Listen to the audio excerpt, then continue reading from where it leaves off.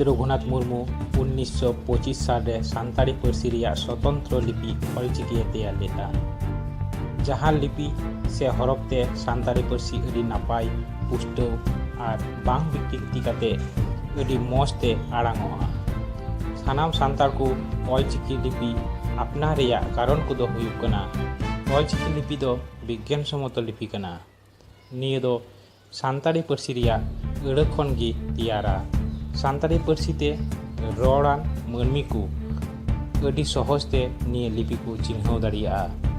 निये लिपि ते कंप्यूटर टाइप से डीटीपी कराव अड़ी उसारा हुआ।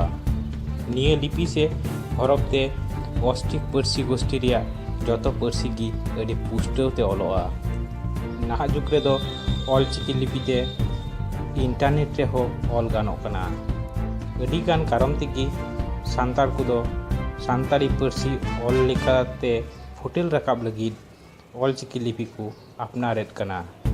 ऑलचिकी लिपि तेगी धरती जाकात ते सान्ताड़ा नागाम साहेद लाकचार पार्सी धर्म और उपरूम दो पासनाव सदर ताबुना। ऑलचिकी दो सान्ताड़ा मेद कान ताबुना।